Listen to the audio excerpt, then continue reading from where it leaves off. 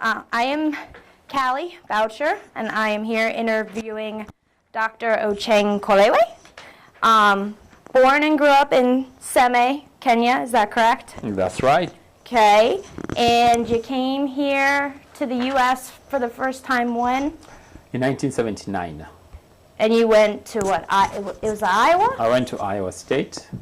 Got your bachelor's? I got my bachelor's at Iowa State. Went to Illinois, got my teacher certification, and taught for about 2.5 years, then went back and did my doctorate, West Virginia. At West Virginia, right. And you hold a dual citizenship, right? Yeah. As both a Kenyan and American. An American. Mm-hmm. And you live in Westminster, or? I live in Taneytown. Okay, that's how far from here? Not too far. Taneytown is about 20 minutes from Westminster. Okay. And did you move to Taneytown because you were accepting a job here at McDaniel, or? Well, I moved to Maryland because of the job. Which job? This teaching job at McDaniel. And so they originally signed you on as just a teacher? So what happened is after my doctorate, I was looking for something to use my doctorate on. And this job showed up among other jobs. And actually I had 2 interviews. I had this interview and I had another interview. And this came up first. So after I did this, I just decided this is the place I was going to teach at, because I had already lived in Maryland for about 3 years. Where in Maryland? In Baltimore County. Interesting. Yeah. So were you aware of any stereotypes that may have existed in Westminster, Taneytown, as compared to living in Baltimore City? Did you live in like an affluent black neighborhood in Baltimore? In Baltimore. I lived in the county. I lived out in Rosedale area. I wasn't aware of any stereotypes until I moved here. Okay.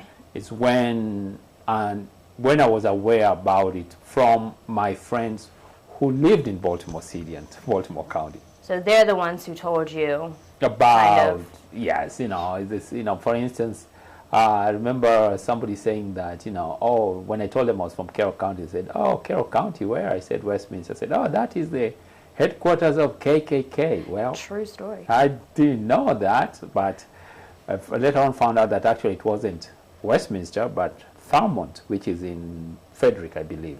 Do you think that would have, had you known that before, do you think that would have swayed your opinion? My thinking? About moving here at all?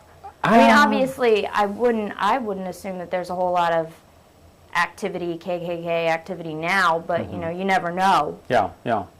Well, had I known about it, I don't know. I tend to be a curious person, so I probably would have checked it out first. One of the things about being a minority, in the U.S. is you tend to look out, or at least I tend to look out to see if there's any evidence of other minorities in that particular area. Right. And whenever I see that, I get a sense of comfort, right? Well, if there are minorities there, then it must mean that, well, it's okay to be there. So I probably would have, and actually that's what we did before we moved here. We came, we looked it up, and realized, there's a small minority population. Because you had your kids at the time, right? Did you have 3 kids? We had 2 kids. So your decision to move would have affected them in so much. So you wouldn't want to move them to an unsafe area. No. Though I say immigrants, I think immigrants tend to take more risks. You think? We tend to take more chances, especially when they're, work, job, related. So you hedge your bet, but at the same time you kind of take that. You say, well, hopefully things work out. But still, with kids, you think twice. Right. Definitely. Where you lived in Baltimore, were there a lot of blacks there too, or were you one of the few? Or in Baltimore County at that time, this is about 15 plus years ago. But still, the Baltimore County where we lived was sort of a mixed neighborhood. that was a time when I think it's right around that time that more blacks started moving out towards the county. So it was a mixed neighborhood, and even the school that I taught, I'd probably say somewhere around 20-25%, minorities. Right. Mostly African Americans, but there were some Asians and actually can't remember seeing any Hispanics. They're mostly African Americans and a few Asians. Your kids have any problems there? Or? No, because at that time they were very little, and so we stayed home with them. So then you moved out here. Where did they start going to school? They started going to school in Robert Morton, Okay. which I really liked because in the county, and I think is still the most diverse elementary school. Yeah. So I really liked Robert Morton for that. And they had no problems there either? No, they didn't have any problems, Robert Morton. Because your kids have ethnic names. They have Kenyan Yes. first names and last names, obviously. Yes. So. Yes. The firstborn has a Kenyan name, and secondborn has both names African, and then the last two have last name African. So it stands out, and middle names, right. So that stands out. But no, they didn't have any problems, Robert Morton. Not at the elementary school, but when they got older, did they tend to have a little more, right, when kids start, recognizing differences and being able to pick out those who are, not like them in certain ways. Yeah. Actually, of all the kids, there's only one who's had a negative experience.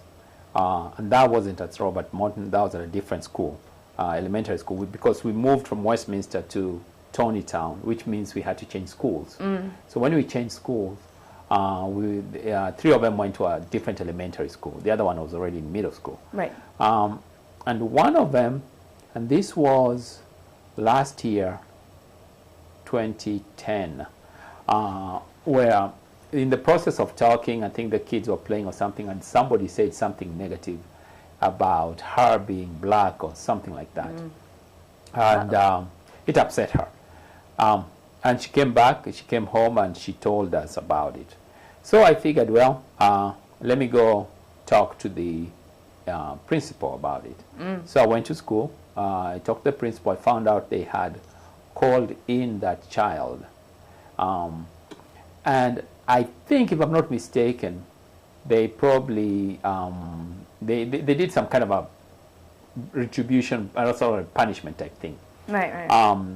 I only, and I was talking to the principal, the one thing I was telling her that I wish they had, instead of doing something like that, probably would have that was a teachable moment. Yeah. Instead of punishing the child for whatever, because some of those things they hear at home, that would have been a good teachable moment. And actually the other thing that we talked about, but it never really came through, was, maybe, because I know in Robert Morton they had like multicultural days. So kids would see people from other cultures. That other school, they didn't have something like that. And I suggested, why not have things like multicultural days? Unity days, Yeah, stuff like that, kids see people from other cultures, people from other regions of the world, and all that kind of stuff. So yeah, she did have that experience. So that concerned me, but that was that one case. Right. The high school, my kid had an experience which probably, it's one of those things which as a parent you hope doesn't happen, but it happened.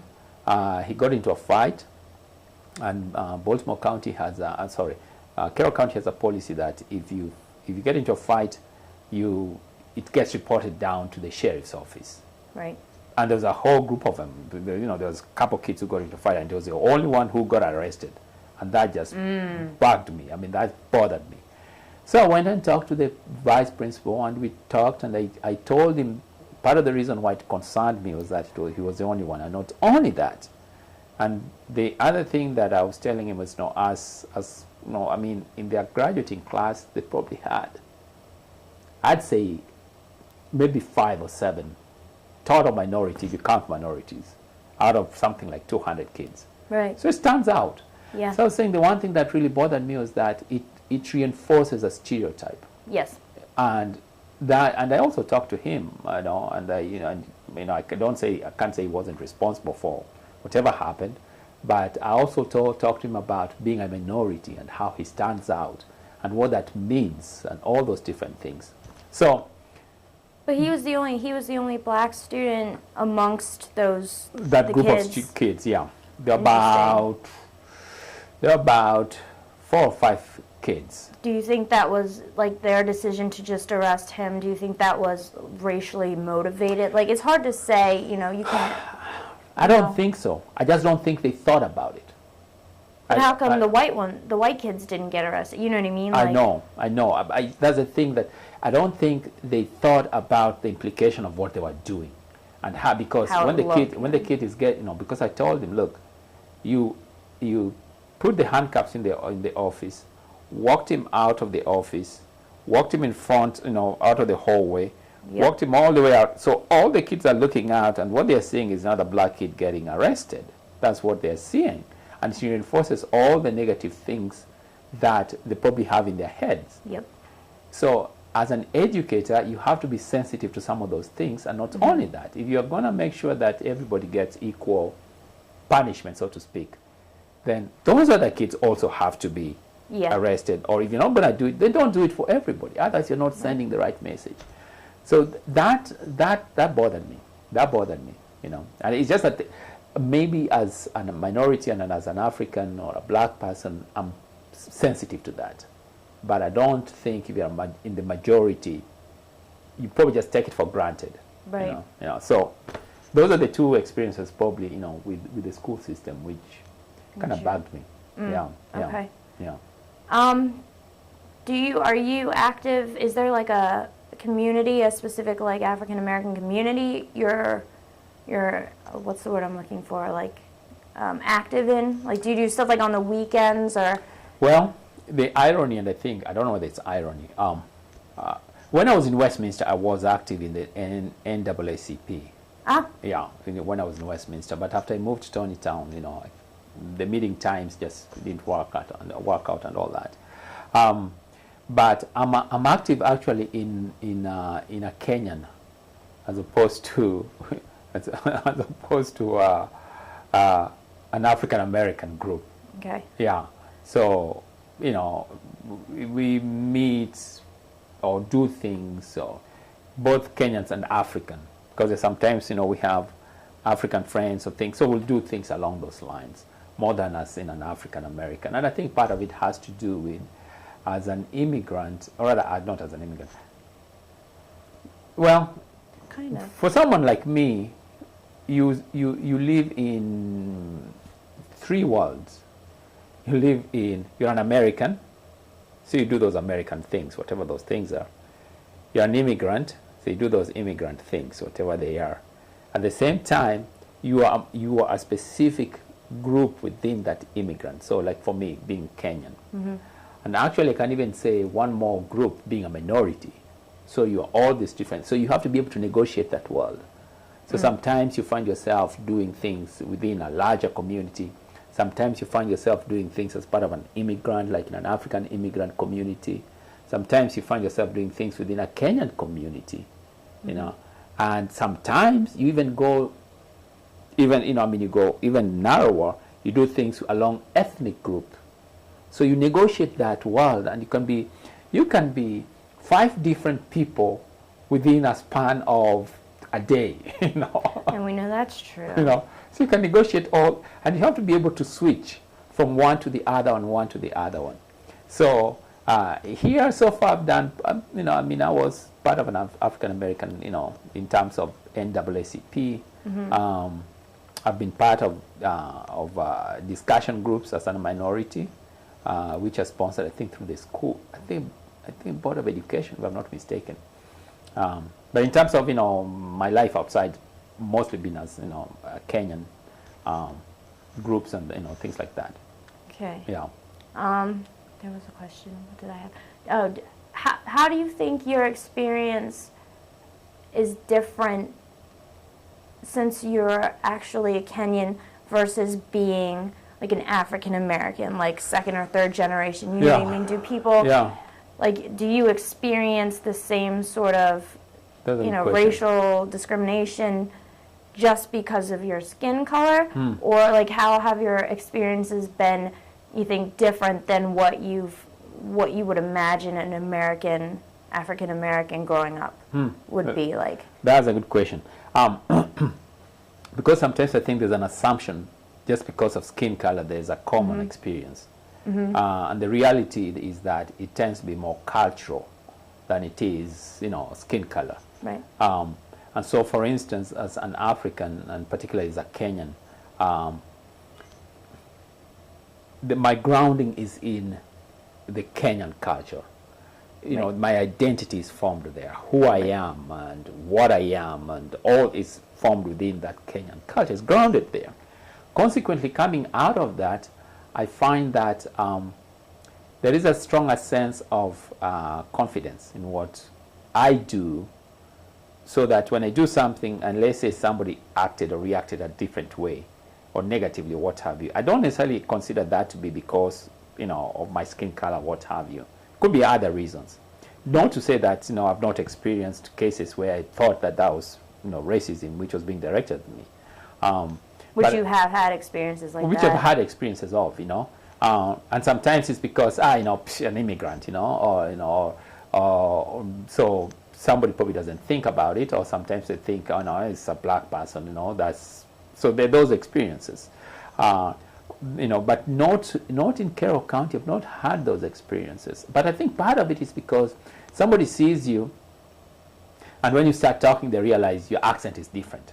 Yeah. Consequently, I get treated differently because I'm not one of them. Yeah, you don't I'm have different. The dialogue or yes. the dialect. I don't have that. I'm different, so I can't. I'm not one of them. So now, I'm safe, so to speak. So it's kind of like that safe black person. And then you get into the subgrouping. Yes. Yes. So. I've probably had, whatever negative experiences I've had have been outside the county as opposed to being within the county, personally. And I think part of it is just because, as I say, maybe there's that sense that not being part of, I'm not one of them, that's, people, oh, well, that's a safe person to talk to, that's a safe person to, whatever, to confide in or whatever it is. So, that's different. And then on the other hand, it's not, even though we tend to think of community, but community is not the same thing. People don't, maybe if we interacted more, maybe then I'd have some of those experiences. But there isn't as much interaction. You go into your house and the other person goes to their house. That's it. Right. So. And you have your friends within the Kenyan community. That's right. The only one time I remember one of my neighbors there's a person I lived across who I never really, I think I've talked to just about every neighbor. I've been at least way by them. But this guy just never, you could be literally standing right next to them, but just didn't acknowledge you. So later on is when one of the neighbors was, because there was a neighbor who kind of, talk. One of the neighbors, the one who was saying that, one of the neighbor's kid and one of my daughters, I guess, went to play near that neighbor's, yard. Right. And eventually somehow news came out, or however it came out, that he didn't want my kid playing over there because he didn't want any of my kind over there. Oh, gee. So you see, how did you handle that? Well, you don't do anything because he told somebody else and not me. So the only thing we do is we made sure we told the kids, don't go over across the street. So you didn't address him directly and say, you have what's your issue with me? You just kind of avoided the situation?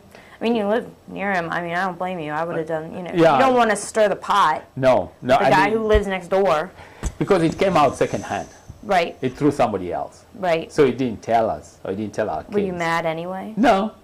Because we just, no, I'm not, because I think that's his problem. We have our property, but kids can play wherever we are, and our kids don't have to do anything over there to add to their lives. That's so different from Kenya, because in Kenya, we've got kids from villages 5 miles away that are hanging out at, so-and-so's house. Like, there's none of that. That's neighborhood and community has a different meaning. Absolutely different meaning. From here to Kenya. yeah. It's different. It's shocking, actually. It's different, and then the other thing is that, like in this case, there were kids involved. And usually with kids, people just figure that, kids, everybody looks out for kids. Right. Yeah, so not to want kids to play around your property or something like that. That's probably the only negative, but like I said, it was second-hand, so you can't really confront somebody with second-hand information. And it doesn't take away from the richness of the life of the kid or adds anything to it. So it was just property lines. Like, I don't want your kid near my property. I'm not saying he or she can't play with, whoever's kids. It's just, I don't want any of the kids near my house or whatever. You just leave it at that. Whatever. Yeah. Do your, friends and colleagues, do they express any interest in learning about your culture? Or did they just sort of pass you off as their, token black friend? Or, you know what I mean? Like, are they interested in where you're from, or do they just kind of, okay, he's from Kenya, moving on? Or do they want to know more about your culture, your lifestyle, that kind of stuff? Yeah. Well, obviously your students are in terms of friends, because you get to talk to them and you get to meet them, generally speaking, but like I say, many times we tend to congregate with people who are like-minded. In terms of colleagues, I have to say, to be honest, I don't think it's anything specific to this particular college.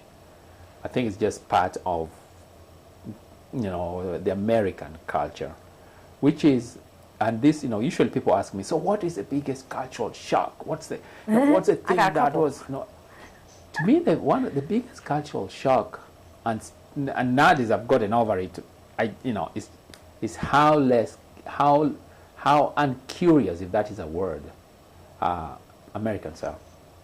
In what terms? As far curious as, like, in world finding knowledge? just finding out about other places and other things and other, and it's even as surprising at the professional level. So, for instance, I used to, when I first came, and not even when I first came, let me take that back. Whenever I say we are talking to somebody and they say, oh, so where are you from? Where's your accent from? That's usually the question. And I'll say, oh, I'm from Kenya. And then somebody will say something like, oh, now that is that close to, is that near Nigeria? Or is it near, and now you're not talking about an elementary school kid. I'm talking about a professional. Right. And professors. And I'm thinking to myself, if we switched places, surely I would like to know where things are, where places are. So that, so to answer that question, to an extent, there's one or two who are curious about culture and all those different things, and where you're from, and what have you. But for the most part, no. For the most people, I can't ever remember sitting with, other than probably one, like I said, one colleague or so, who sat down and just say, okay, now, and how do they do that? Maybe a couple people, but generally speaking, I found that what's on campus reflects what's outside campus, which is very little curiosity. I mean, the first student I came across when I first came to this country, the first person I met, or one of the first students I met, who was not an American, was from Micronesia. It just blew my mind. Micronesia. Where is Micronesia? I looked it up in the map. Just to find, it's just fascinating. Somebody from Micronesia, it's like you run into somebody from Mars and you want to know more about him. So I guess it's just part of the curiosity that we grow up in. You grow up in a very multicultural community and society. So you pick up a few words from a different language. You pick up a few things from, so before you know it, you know a little bit about this group, that group, that group. But maybe because we are more of a monolingual society in the U.S., there isn't, other than, Spanish, there isn't as much curiosity. So that, I used to be disappointed. Nowadays, I think I just figure it's just part of the culture, way. It's just part of the culture. That is different. Let's see, what else do we have here? Teaching teachers. And you did most of your younger education in the Kenyan In schools Kenya, yes. systems, and Yes. it's very different for those who don't know. I do, but so you went from that school system, and now you're teaching teachers. Yes. How has your experience in the Kenyan school system influenced how you are teaching us to be? I mean, I have an answer for that, but Yeah. I think, and I'm not sure whether my background has influenced the way I teach here, or the other way around, that here has influenced the way I teach. But I think the one thing that I have learned over time is that because that system is very structured, it's very rigorous, and it's the one thing that I strongly believe in is that students can be held accountable for their learning. in Kenya, In Kenya we do that. yes, But here, sometimes we don't do that as well as I think we should. right, And that really is one of those things that was, because I look at my own learning experiences and how much we had to do on our own, and not necessarily just count on the teachers being there. The teachers introduce it, and then, okay, guys, now work on it. Yes. Yeah. So that means that you have to work hard to be able to get where you're getting at. and those Kenyan kids do. I mean, they walk. You're telling us they walk the 5 miles at 3 in the morning just to go to a study session, which is held by the students. No teachers involved. No teachers. They do their, schoolwork by candlelight sometimes if they have to. It is, very different. I mean, It's very different. from what we have here, I think the expectations are much higher. Oh, I mean, you are expected to do well. Right. And so that's something you're trying to instill in us as teachers, is to have that. To hold your students accountable. Right. You have to. If there's nothing else, I always stress to my teachers to be is have high expectations of your students. If you hold them high, if you have high expectations, they'll reach that level. And that's the one thing that I probably got out of that Kenyan system, is the expectations are high. You find parents who are illiterate, never went to school, but they have high expectations of their kids. Yep. And kids have high expectations of themselves. So just like you say, they can study by themselves and not monitor what they're doing. They can do those study sessions and make sure that the people who are supposed to be there are there. They do the things that they're supposed to be doing as students. So when I come here and I see, I have kids who are going through the school system here, and that's probably the biggest battle that we have. To me, I don't think they hold themselves as high as they should. In other words, you have a student who's just, the student actually has very high potential, but they settle for passing, Sure. for just making it across. Yeah. So, as that's the one thing that's probably gotten out of the Kenyan system. So then how as a teacher are we supposed to sort of address this multicultural sort of influx that we're having? You know what I mean? Like, if you have a child who's coming from a different ethnicity or a different background that have different sort of standards for themselves, how do we as teachers either, not single them out, and to put them in the gifted and talented or, whatever. Yeah. But how do we sort of put them on the same, how do you hold a child from another society to the same standards as you would hold a kid that is born and raised here? And, the expectations are completely different for each child. How do we make a level playing field for all of our students and be fair to all of our students? Yeah, and I don't think we do a very good job with that, because we either usually place students in lower level classes because probably they can't speak the language yet, or they're just struggling with fitting into the culture. Or sometimes, like you say, we stereotype them and put them in really high level classes. I think part of it is I know as a teacher, as I say, you have to be sensitive to the student's background. Not sensitive, it's probably not the word. You have to know stuff, which means the teacher has to go out of their way to learn something about the student's background, and where they come from, or the cultures and the values within the cultures and things. And that could be a teaching moment too. Yeah. We all learn as a class who our new student is and where they're from and what we should Yeah, I think you need to know that. I think you need to know the students who you have in the classroom, and then after that, I think you just hold all your students at high expectations. To the same sort of standards. Yes, this is what we expect you to achieve, and then we get away from stereotyping kids because they come from a specific background. Right. Sometimes you have students who are still just struggling to negotiate a new culture. What usually tends to happen, and unfortunately, I think many times, is you have students who come from different cultures, but because they have to fit in, sometimes they lower their own expectations. Because they have to fit in. And if they stand out, it's looked at as negative. And though some of the places, the parents might have really high expectations of them, and they lower it. But they lower it just because they want to fit in. Right. Yeah. So sometimes there's that challenge.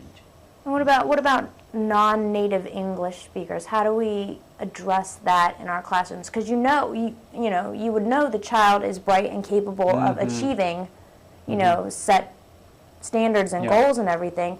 It's just more difficult for them because they're still figuring out the English language. Yeah. How should we go about helping them do that? I believe there are two things. One, the teacher has to be an advocate.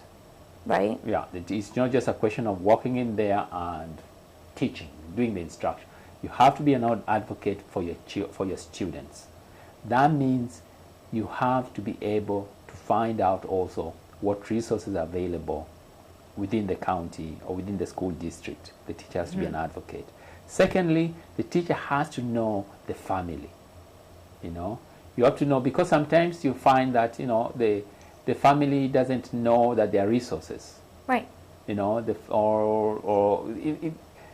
could be something just as simple as that they just don't know. So as an advocate, first of all, for your child, find out what's there, but then secondly make connections with the family in terms of, do they know? Is there any, what's available in the community? Are they comfortable themselves with the school? Are they comfortable to come and talk to you?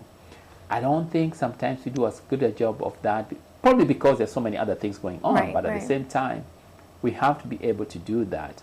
Otherwise, you find that those children just, they just slip through because there's nobody who speaks up for them. Yeah. The parents don't know much about what's in the community, and they don't come to the school guidance counselors to find out, what's happening, because that's a good office. At the same time, the teacher is probably overwhelmed with other stuff and does not become the advocate that they should be, because teaching really is a lot more than just instruction. There are all those other social equity issues which also should be addressed. Yeah. I just find it interesting and tough to think about how hard that child is going to have to work to keep up with the other students. And I as a teacher would want to do whatever it is I can to help them, get to that level quicker and have it a little more easier for them. But what I've found out many times, especially with children, once they can handle the language, and kids pick up language a lot easier than grown-ups. Sure. Once they handle the language, then they can handle whatever else is there. Because, at times kids are placed in a special ed class because they can't speak the language. Right. It's not because they can't do the math. Right. Or they can't do, So I think that's where dealing with the language comes in. And that's where the teacher has to be able to help find out the resources to help this child be able to acquire the language. And to advocate for the child that they're not special education, they don't have special needs, they just need the language. Figure out the language, and then they can, So maybe it's a matter of just having them, maybe the county offers tutoring sessions or, stuff like that just will help them get that edge on the Yeah. on the language. And could be So- could be library has some things they Yeah. do. I mean, it's just finding out the community resources. But I think that the teacher does share a responsibility in the education, and doing the research Yeah. for that child and for that family, Well, let me put it this way: when our third born came to the States, when the third born came to the States, he came in because I remarried, and I had two boys, and my wife had two kids, a boy and a girl, and the third born came to the States after completing he was in first grade. He was about to complete first grade. So when he came here, he came in October. So he was So, born in Kenya. Yeah, he was born in Kenya. So our school, the school time in Kenya starts in January. Here it starts in August. So it started in January. So he had done first grade and came here in September, October, right? So it's that odd time. So the decision was, do we put him in second grade, okay? Because he's just about to complete first grade. Right. Or do we hold him back and let him kind of repeat first grade? And for us, really, it was a no-brainer. We held him back. Not because he didn't have the skills, but because we thought it would be important for him just to be able to acclimatize culturally, Yep. to get a sense of the pace, to get a sense of the language, to get a sense, and that 1 year really helped him just to get used to the school system. So even though in his classroom he was in his seat by himself in terms of reading, because he was way ahead of the rest of the group. He was reading like almost at third grade level in a first grade class. So he couldn't read with everybody else. They had to put him aside so that he was like a group of one. We didn't think that was bad because in the other subjects and what have you, then he was with everybody else. But during the reading, he got one-on-one attention. So I think it's picking up the language, picking up the culture, the values, the morals, and all those things. That sometimes is important for these kids, and then it makes it a lot easier for them to move on, with the school. So let me ask you this: how if you're advocating for holding a child back to help them acclimatize and to sort of strengthen skills and get a better base sort of ground, what about the students, with the whole No Child Left Behind, what about the students that might benefit from that, even though they're supposed to be moving on? I mean, that's one of the things I'm sort of struggling with too, is seeing these kids that, schools are passing them, but I think that another year, Yeah, and I guess. and that's more of a personal opinion, It's but personal, yeah, and I think now that I've gotten to the point, age-wise, once I think I hit 50, I think I started looking at life slightly different. Everybody's in a hurry, and you ask yourself, to do what? To go where? Why are we rushing kids? To do what? If they've not mastered it, if they've not achieved, because sometimes, parents want their kids to move on because they are friends, Sure. Why would they? They're in the same group's grades. going, Yes, yeah. the group is going, so why should they? I think that if that child has not reached that level, like, in our case, it was slightly different. So the child would have gone to second grade easy, but it was easy, but we wanted the child to be able, academically he was fit for second grade. Culturally, he was still not there. So we want him to be able to at least get the culture first. There's time to catch up with everything else. I mean, the kids he could have been with are probably now in high school. But so what? I mean, so I think that in social promotion, I'm not sure. Coming from the Kenyan school system, we just never had social promotion. right. You had to work to get there. And I just find the whole concept of social promotion where we promote them because they're of age. Yeah.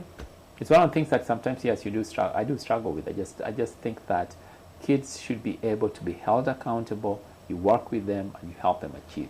Well, and then it's like what you were saying earlier about your son. Like, what does that say stereotypically if, we're holding certain students back based on the fact that they are new to the school, or they don't speak English Yeah. very well, Yeah. then you're placing kids in the special education classes, which has its own stereotypes, right? And then you're getting that sort of reinforcement of stereotypes Yes. again. So it's Yeah. really a very complex and tricky. Yeah, yeah. And it's not because a child cannot Right. learn, it's because, like I said many times, is they still can't negotiate Just- the culture. Right. So I think what you do is you help them negotiate the culture, and then... And how do we do that? Yeah. How does I think we take how the does a time. teacher do that? Well, Like, I you don't- can't hold their hand in lunch, you know? No, the teacher, you know, that's what I'm saying. That's where the teacher needs resources, or rather, at least needs the parents' help too. Also, in terms of just the resources of helping this child adjust to the culture, you know. And children adjust really fast. The only thing with school is, you know, they're adjusting and they're learning at the same time. And so sometimes, when we don't think that they're making the progress as fast as they should, we hold them back, or we don't really necessarily hold them back. We tend to put them in a, you know, we brand them. We put them in these classes, and in Right. those classes nothing is happening. So I'd rather the child, you know, I mean, it would be great if there was some kind of a, you know, and then some system where children of immigrants and those who don't speak the language just spend the time just learning the language. And, you know, let me put it this way. When I went to Iowa State, we had an intensive English program for the non-English speaking students at the college level. And these are students who are coming to do engineering and computer science and you name it, psychology, you name it. But for one semester, all they did was English and culture. So they did trips. They went to different places, but they just did. And nowadays I realize many state universities have something like that. Intensive English program. That's all they do. Once you've completed that program, one semester, those students are speaking English. They could write. Then now they can go into, you name it. We don't do that for our kids at elementary level. Do you think that's beneficial? That was a beneficial thing for you, you know? No, I mean, me, I didn't go through it. Oh, I thought you because I was did. coming from an English-speaking background. But this was What, for... Kenyan? Yeah. In terms of, you know, we use English from first grade all the way Oh, through that's right, university. So English is just part of the official language. But for students coming, let's say, from China or coming from Iraq or coming from, you know, you name it, you know, those students had to go through that intensive English program. And that really made a big difference. So we need something along those lines, I would agree with you know. that. Yeah. You need something along those lines. Makes Otherwise, sense. we tend to just assume kids will pick up the language and boom, go with it, you know. So that's a challenge. Okay, so as our closing remark here, I guess we're running a little out of time. What advice do you have for your teachers that you're, you know, your crop of teachers that you're grooming? What advice do you have to them from your background? What advice would you give us on how to help our multicultural students in whatever aspects they may be struggling with? Whether, you know, obviously English learning, we've talked about that. Acclimating to the culture. What about, you know, bullying? You know, sort of those aspects of a student's life that is required for a teacher to you know, look into Yeah. and to try and help them with, you know. I There's a think- lot of bullying going on Yeah, yeah. these days. A lot of, you know, kids, you know, just being mean and like picking on other kids, Yeah. you know, stuff like that. How do you ease that, or at least address that as a class, Yeah. you know, to the class? What would you? I think one of the things that I would like, if I was to design the perfect teacher ed program, and I don't think just teacher ed program. I just think anybody who goes to college should travel abroad, go outside, see what life is like outside, you know, see where some of these kids are coming from. Right. See, you get a better perspective of what's out there, and just, you know, spend. And actually, for college students, I'd probably say, you know, do a semester abroad, learn, you know, go to and ideally go to a culture which does not reflect your culture. Yeah. So like what we did when we went to Kenya. You know, I Yeah. mean, it was totally different. 100%. It's just the other side of the world. And my sense or my hope is that for those who came, especially those who are teachers, can see that life and can see what learning means in that particular, you know, situation, and then be able to. So when you walk into a classroom, one of the things that you are able to see is that whatever it is that, you know, you have in that particular, you know, whatever that class is, that not everybody has it the way you have it. There are people who don't, but they make the most of it, you know, whatever little that they have. So the first thing I'd probably say, you know, I would suggest, if you can't travel abroad, at least travel. I mean, there's so many opportunities to have multicultural experiences. Do that. You know, there are all kind of festivals and fairs and places and, you know, all kind of stuff that at least you can learn about the different cultures and the different places and the different people. Even if you want to live even if you did not travel outside you know, the borders of the U.S. or the country, you still can experience that. But ideally, I would say, you know, I'd love for, especially now that the U.S. is becoming multicultural, go outside, see the world and see what it's like. So that, you know, that's Exposure. Really exposure. See that. Secondly, know your students. Know your students. You know, and those, because ultimately teaching really is about personal relationships. Those relationships that you make with your students. That's why you can still remember. Oh, I remember when I was in third grade, I had Miss so and so, Mr. So. Now the relationship could be positive or negative, but it's a personal one, you know. But hopefully, you know, personal relationships where you get to know your students, you know. And the one thing you realize when you do that is those students are as different as you have, you name it, however many they are in the classroom. Even if they might look alike, but they are not. They come from such different experiences. Right. So I think you need to be able to do that. And for the students who come from these multicultural backgrounds, we should hold them with the same standard as everybody else. Agreed. You know, it doesn't matter where they're coming from, whether they are refugees, you know, coming from Sierra Leone, or they just new immigrants who came from Ireland or wherever it is. We hold them to the same standards, hold them to the same expectation. And so I think that's one of those three things I think would help. And then finally, I think it's important also to make connections with the parents. If one could make connections with the parents, that helps, because you realize most parents, I don't know, you know, most parents want what's best for their kids. Right. Yeah, and immigrant parents and, you know, parents from different, you know, cultural backgrounds have the same goal for their kids. They all want the same thing. Yeah, they just want the same thing. They want a better life for their kids, and particularly for those who are in this country, who will come, you know, immigrants, because part of the reason, and usually the main reason they were here is because they want a better life, and usually it's a better life for the kids that they're bringing up. Right. So get to know your parents. It'll make a big difference in how you deal with how you deal with those kids. So that makes a big difference, you know, how you do that. But go abroad, see what life is like outside. No, that makes a difference. Outside of Carroll County? Outside of Carroll County. Outside of what one feels comfortable with. Yep. Yeah. Experience it and then teach. Yeah. Well, thank you, Dr. O. Yeah. The official thank you for participating in this Carroll County project. Thank you for asking. Alrighty, that concludes our session. So, Oriti. Oriti.